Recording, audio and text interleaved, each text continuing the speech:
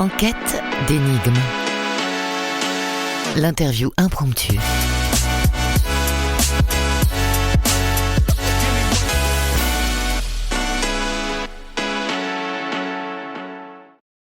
Bonjour Gaëtan, bienvenue dans cette interview impromptue. Tu m'as donné 5 mots pour que je puisse préparer l'interview. Je vais les citer tout au long de notre voyage et nous allons construire l'interview ensemble si tu le veux bien. Oui, bonjour Alexis. Alors en premier mot, tu m'as donné autisme. Oui, alors parce que je suis autiste Asperger. J'ai été diagnostiqué à l'âge de 3 ou 4 ans. Et en fait, du coup, j'ai eu un parcours un petit peu compliqué au début parce que j'ai eu une scolarité assez difficile suite à ça, surtout en primaire. Un petit peu galéré parce que j'avais du mal en fait à aller vers les autres et je faisais beaucoup de crises de colère. En fait, j'ai bien été accompagné par ma mère qui a fait beaucoup de choses pour moi et qui m'a aidé à m'en sortir. Et en allant, elle avait trouvé une petite école en fait pour que je puisse progresser, aller dans le milieu ordinaire. Et du coup, petit à petit, en trouvant des dispositifs, j'ai pu un petit peu parce qu'avant j'étais en hôpital de jour et du coup sortir de l'hôpital de jour et aller complètement à l'école et avoir une scolarité classique. Alors justement, tu parles de scolarité. Scolarité, c'est ton deuxième mot. Oui, scolarité, parce que elle n'a pas été évidente au tout début. Et en fait, j'ai beaucoup évolué dans la scolarité et c'est pour ça que j'ai choisi ce mot scolarité parce que justement, ça n'a pas été évident tout le temps. D'abord, j'ai été, après l'école primaire, j'ai été au collège. Au collège, ça s'est très bien passé en sixième et en cinquième, mais à partir de la quatrième, j'ai commencé à décrocher.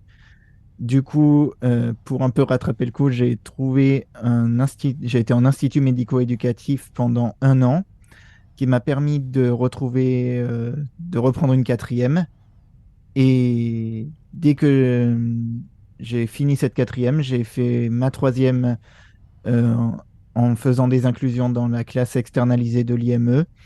Et juste après, ça m'a permis de trouver ma voie, ma première voie.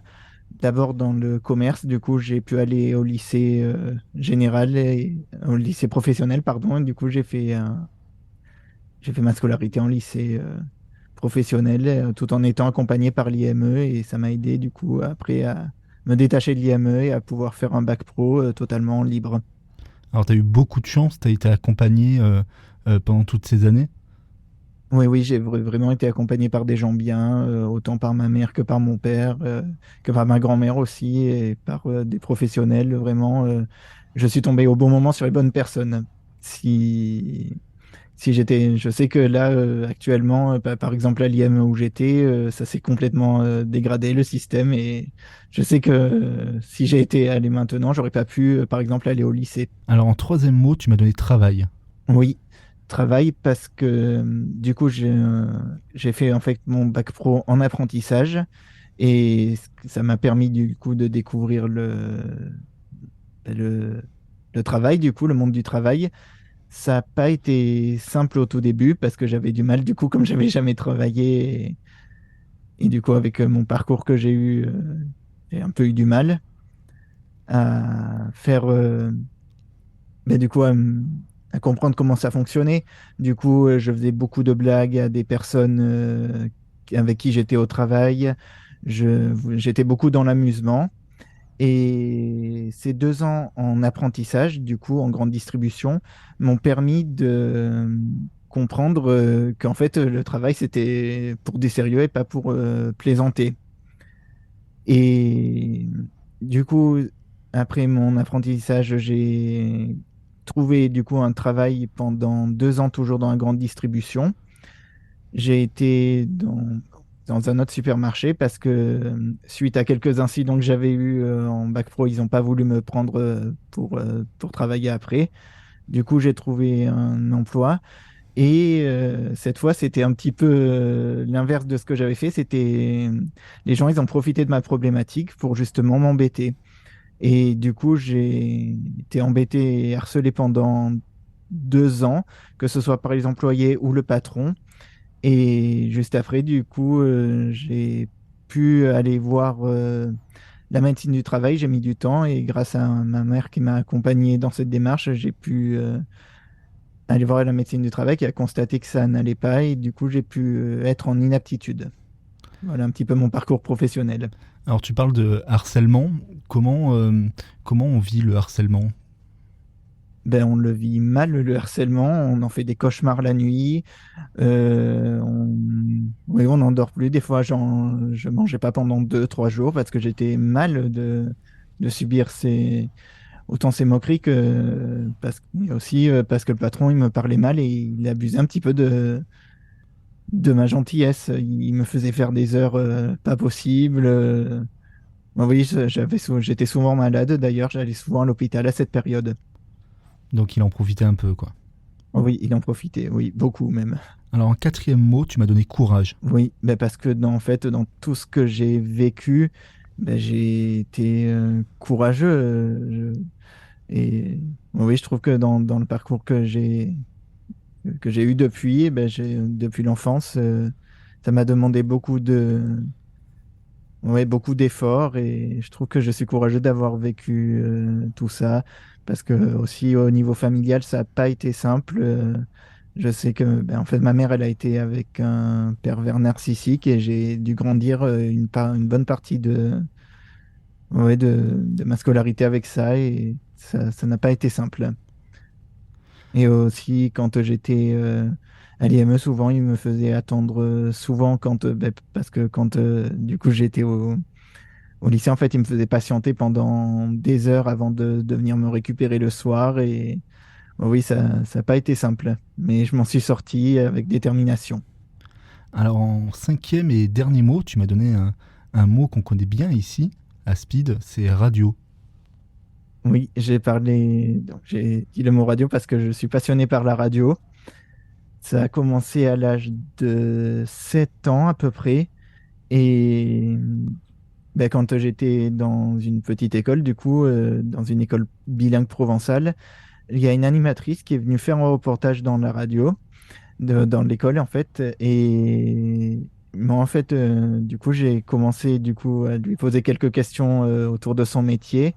Et de suite, après, j'ai gardé contact avec elle et du coup, j'ai continué mon parcours. Et c'est là que ça m'a de suite plu la radio parce qu'elle m'a proposé après d'aller visiter son métier, ce qu'elle faisait. Et là, du coup, je suis vraiment tombé amoureux de ce média. Alors, j'ai eu la chance également d'avoir mes grands-parents qui avaient un ami directeur d'une radio associative dans les Alpes-Maritimes. Et du coup, j'ai fait un petit peu mes débuts dans cette radio. J'y suis resté jusqu'en 2018, non, jusqu'en 2015, de 2007 à 2015. Ensuite, j'ai repris quelques années plus tard dans cette radio en 2017, où j'y suis resté jusqu'en 2020. Et en parallèle, j'avais trouvé d'autres radios dans le Var et ça m'a de suite plu. Donc tu es un passionné de radio. Oui, passionné par la radio et surtout par le côté technique. Parce qu'au début, j'ai un petit peu essayé l'animation et en fait, je me suis rendu compte que c'était plutôt le côté technique qui me plaisait. Et d'ailleurs, là, actuellement, je suis en service civique en radio parce que j'ai fait valider toute mon expérience que j'avais depuis 2017.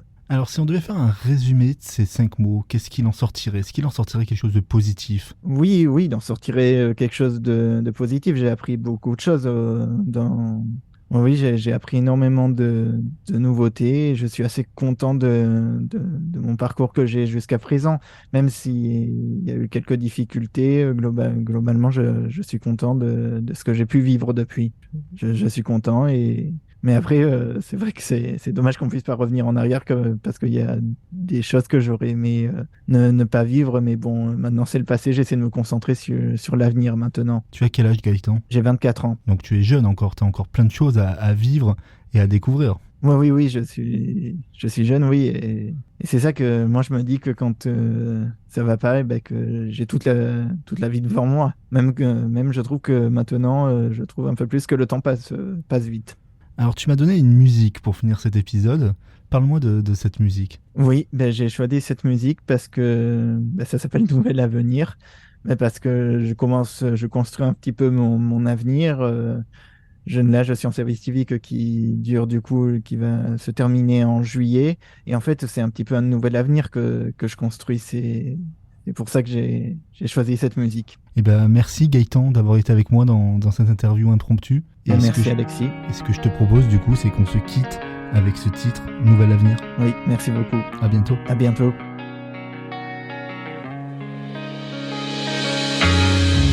Tout avait si bien commencé. Tout était fait pour que ça dure des tas d'années. La symbiose était si parfaite. Et dans ma tête, Rien ni personne ne pouvait faire que tout ça s'arrête. comme si le monde tournait autour de toi. Et qu'il ne tourne plus Depuis que tu n'es plus là. Au démarrage, on ouvre une page, on s'engage pour le meilleur et pour le pire. On déménage, on tourne la page, on dégage vers un nouvel avenir. Toujours des paroles en l'air. Hier encore tu me disais jamais je ne te quitterai.